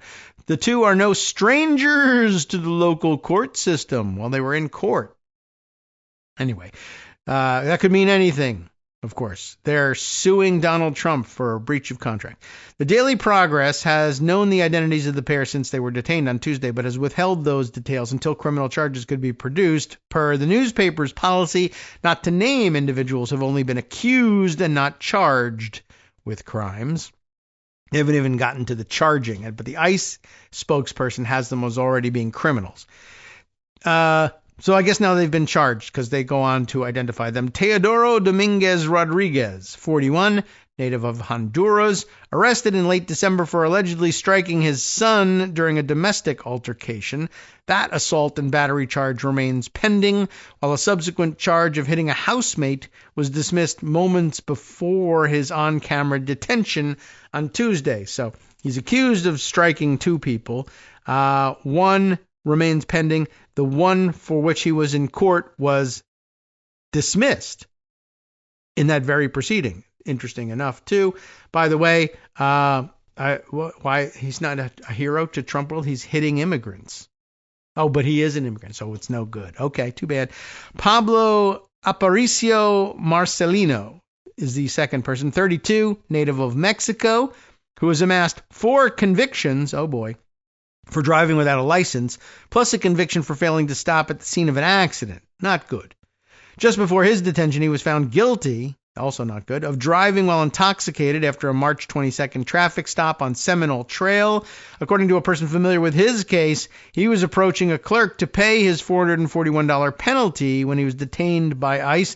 That fine remains unpaid. They should have let him pay it. Come on. So you owe us $441, ICE. After the arrests in Charlottesville, both men were taken to a processing center in the Shenandoah Valley before being booked at the Farmville Detention Center, where they remain, according to jailhouse records, if the records are correct, and they haven't been shipped out somewhere else so that they can't file their habeas petitions. That going on all over the place. I've mentioned in the closing minutes of previous shows the semantic games that the DOJ and other federal officials are playing with this stuff, where they're under court orders. For instance, a certain federal district judge will stay with jurisdiction over a deportation detention center. Will say nobody from this deportation center can be shipped out of the country, much less to El Salvador. But no country. They cannot leave this country until we had figured out what's going on here and we adjudicate their cases. And the DOJ is saying, all right. And their version of complying with that judicial order is moving people to a different detention center and then shipping them out of the country from there. You said nobody from this detention center could be taken out of the country. Yes. And now you've taken one out of the country. Yes, but we made that person into a person from another detention center first and then shipped them out from there. So there. Yeah, well, that person was in this detention center, right? Yes. And I said you couldn't take him out of the country and move him, right? Right. And is he out of the country now? Yeah. And do you have to move to get out of the country? No comment. Yeah. All right. So you see what's going on here and how they're working this thing. By the way, I'm looking at the video here. I haven't played the video, but the initial frame of the video as they approach one of these guys to arrest him, the alleged ICE agent is a ponytailed individual. Just interesting to note. I guess that's their idea of, well, we'll be in plain clothes, so I'm going to dress like a hippie, like the kids do today. All right. Well, at any rate, I just thought that was kind of interesting. And what a story. And it's rather disturbing. And as I said, there are a number of such stories. And then there was the New Mexico case. I'll bring you up to speed on that one just briefly. Ex-New Mexico judge arrested in a case involving a man suspected of being a Venezuelan gang member, writes the AP. Is there a byline on this one? I don't think so, or at least I haven't spotted it yet. We're talking about Las Cruces, New Mexico, as a scene of the activity here. Former New Mexico judge arrested on evidence tampering charges for allegedly destroying a phone belonging to a tenant who was accused of keeping guns at the property and suspected of being, of course, a member of a Venezuelan criminal gang. And, well, at least there's guns around. Maybe there's something to it. Oh, I'm sorry. Guns are freedom if you're white, but evidence of gang activity if you're not. Federal authorities said in court records that former Doña Ana County Magistrate Judge Jose Luis, or Joel Cano, was arrested Thursday, told investigators that he believed photos or videos on the device would reflect negatively on the tenant, and threw away what remained of it 5 weeks ago after smashing it with a hammer. Well, it sounds a little suspicious, but, you're still going to have to establish things before you decide that, at least they have pretty good reason there to say, well, I think you might have tampered with evidence. I'm not sure, but that might be enough for an arrest on that one. Cano resigned last month after the State Judicial Standards Commission sought to suspend him, saying he was accused of letting 3 members of the Venezuelan gang Tren de Aragua live on his property in Las Cruces and have access to firearms. That doesn't sound great. But he allowed somebody to have access to firearms. So that does sound kind of weird. But then if you're saying these guys, I don't believe they're in any gang. I don't even believe they're criminals. They're living on my property. I'm renting to them or whatever. And they have guns. Yeah, we all have guns. It's New Mexico. Remember? That's freedom and stuff like that. In a court filing, Cano denied the U.S. government's characterization of the men as gang members. That happens. Saying that each of them was subjected to thorough and rigorous, that's the quote, thorough and rigorous proceedings with the Immigration and Customs Enforcement agents when they entered the country. Oh, he said the first time he heard that they may have gang ties was the morning federal agents raided their home and took the men into custody. Cano said he and his wife, Nancy Cano, allowed the men to stay in their spare studio apartment in April of 2024. He said they told the couple they requested asylum upon entering the United States in 2023, were processed by immigration officials, and were then released with court dates for their requests. Cano said the men showed paperwork to back up their stories. The case is unfolding at the same time as the FBI's arrest of the Milwaukee judge accused of helping a man evade immigration authorities, as you know. Circuit George, this is the story of Judge Hannah Dugan, again, retold, but I think we've got that one under wraps. In the New Mexico case, federal agents believe the phone the former judge allegedly destroyed contained photos that were also posted on social media of the tenant, Christian Ortega Lopez, holding guns. Federal agents say videos and photos of Ortega Lopez's social media accounts displayed clear indications of Tren de Aragua. What are they? And the other elements, tattoos. Oh, look out for tattoos. Clothing and hand gestures provide strong evidence of a potential connection to the gang. That's pretty weak. Kids these days, they basically, whenever they're getting their photos taken, they will warp their hands and fingers into little things that usually have no affiliation with any gang anywhere. They're just trying to look cool or whatever. And even if they do have gang affiliation, it tells you that they know the sign. It doesn't prove they're members of the gang. It tends to show. It's evidence. It tends to show they have knowledge of the existence of gangs, but that's about it. Could mean, if there's more, fine. But if there's not, I don't know. I know when they say, well, he has tattoos. Well, what? He has a little Tasmanian devil tattoo on his ankle? Something like that? Or does he have if he has a tattoo that says, I love Tren de Aragua, let me see it. Let's know about it. Nancy Cano, we skipped this little bit here. So President Donald Trump told reporters on Friday that the case is, quote, pretty surprising. It's terrible. This was basically what they got out of him on the plane ride over. The press spray, asking him various questions. By the way, I think they asked him about, I can't remember exactly what they asked him about a million things, but they asked him about one or two of the more important things nationally and internationally. And again, he just claims ignorance of all of them, which basically, like, they're not even bothering to brief him anymore, I don't think. So he really does know nothing about what's going on. It's really rather surprising. Nancy Cano who was also arrested on a charge of conspiring to tamper with evidence, is accused of keeping one of Ortega Lopez's cell phones in her possession after his arrest and trying to help him to delete one of his Facebook accounts, although the complaint indicates that it was not deleted before her arrest. Authorities said Nancy Cano was aware of his social media accounts and that they could contain evidence that could be used against him. Okay, not great. That's certainly a problem.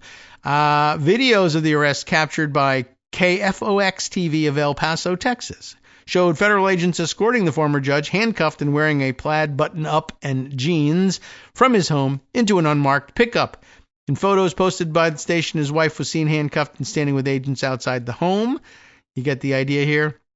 By the way, let's see. Any more here that's going to give us good detail? No, I think we're pretty much done. But anyway, it's two judges arrested in close in time together, though I don't think that the two, well, it doesn't really seem like the two are related in any way, but it is interesting. And I guess thrown together with that story from 2019, another arrest. I mean, there are circumstances under which you might have to arrest a judge. It's entirely possible, but the Wisconsin one seems pretty weak, and the trend of grabbing people at courthouses, they really need to clean up their procedures, to say the very least.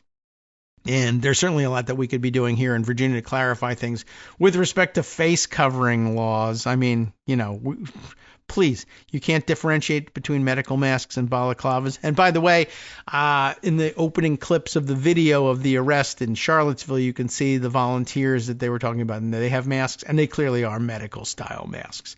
So please, come on now. That's ridiculous. All right, let's see.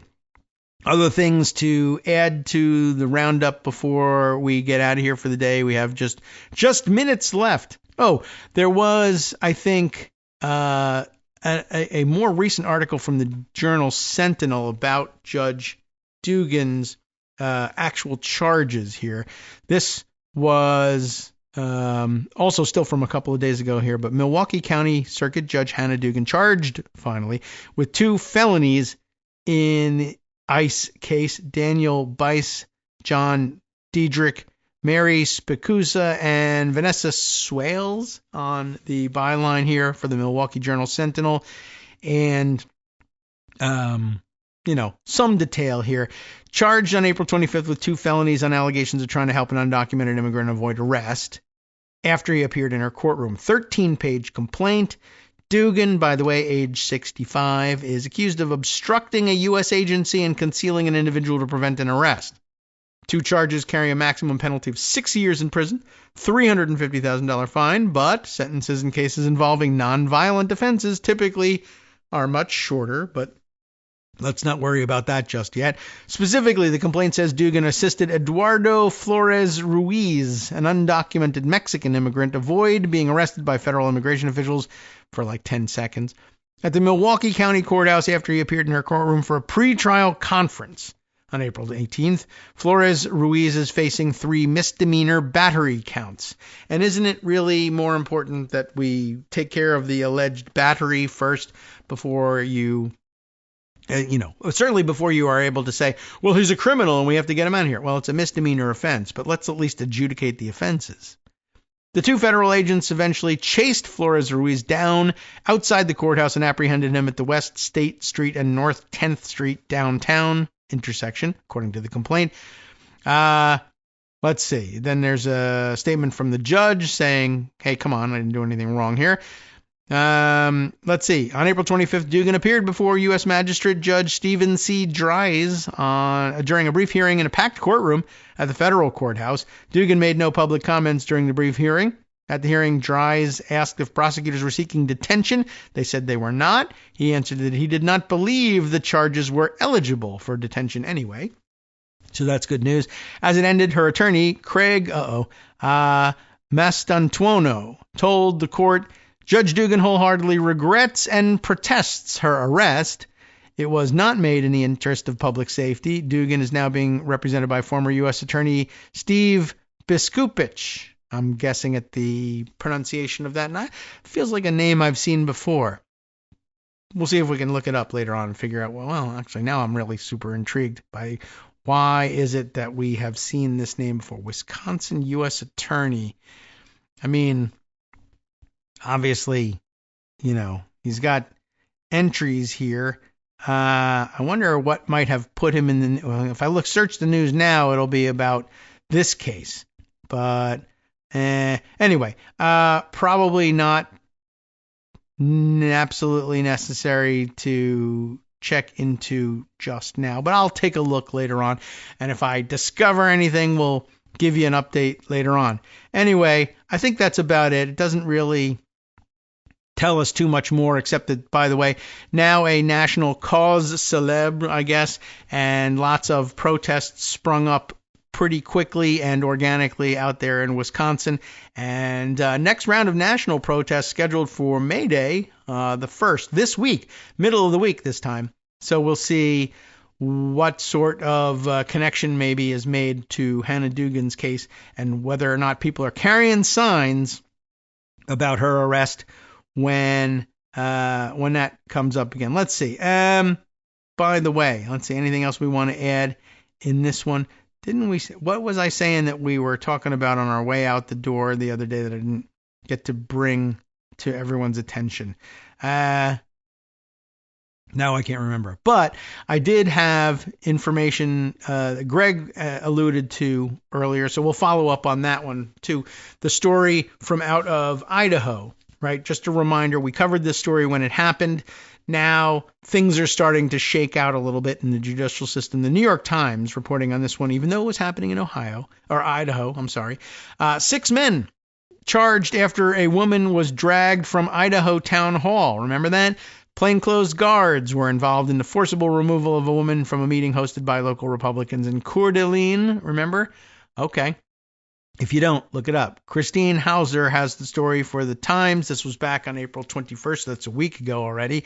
6 men who prosecutors said took part in forcibly removing a woman from a town hall meeting hosted by local Republicans in Coeur d'Alene in February are facing charges including battery and false imprisonment. You remember that it was an issue of they too were not properly identified. There are local codes about they have to display or they have to wear clothing that identifies them as security, et cetera, and they just weren't doing it. They were dressed up as, cosplay. They had black clothing and olive drab clothing, but nothing that said who they were. The Coeur d'Alene prosecutor's office said in a statement on Monday that the 4 of the men, Paul Truett, Russell Dunn, Christopher Berg, and Jesse Jones, face charges of battery and false imprisonment. Along with Alexander Truett IV, they were also cited for security, agent uniform, and agent duty violations. A 6th man, Michael Keller, is also charged with battery, the statement said. The charges stem from an altercation on February 22nd that began when Teresa Borenpaul, remember also a former candidate for the state legislature as well, as I recall, and a doctor, heckled speakers at a meeting with state legislators hosted by the Kootenai County Republican Central Committee. Organizers said that Ms. Borenpaul, a former Democratic candidate for state office, refused to follow the rules. But she said everyone should be allowed to speak. Sheriff Robert Norris of Kootenai County told Ms. Borenpaul to leave, pulled at her arm, and threatened to arrest and pepper spray her, according to footage of the incident. The sheriff gestured to 2 men beside him, who then approached Ms. Borenpaul, pulled her to the floor, dragged her out of the high school auditorium where the meeting was being held. The men were wearing green tactical pants, and black tactical shirts.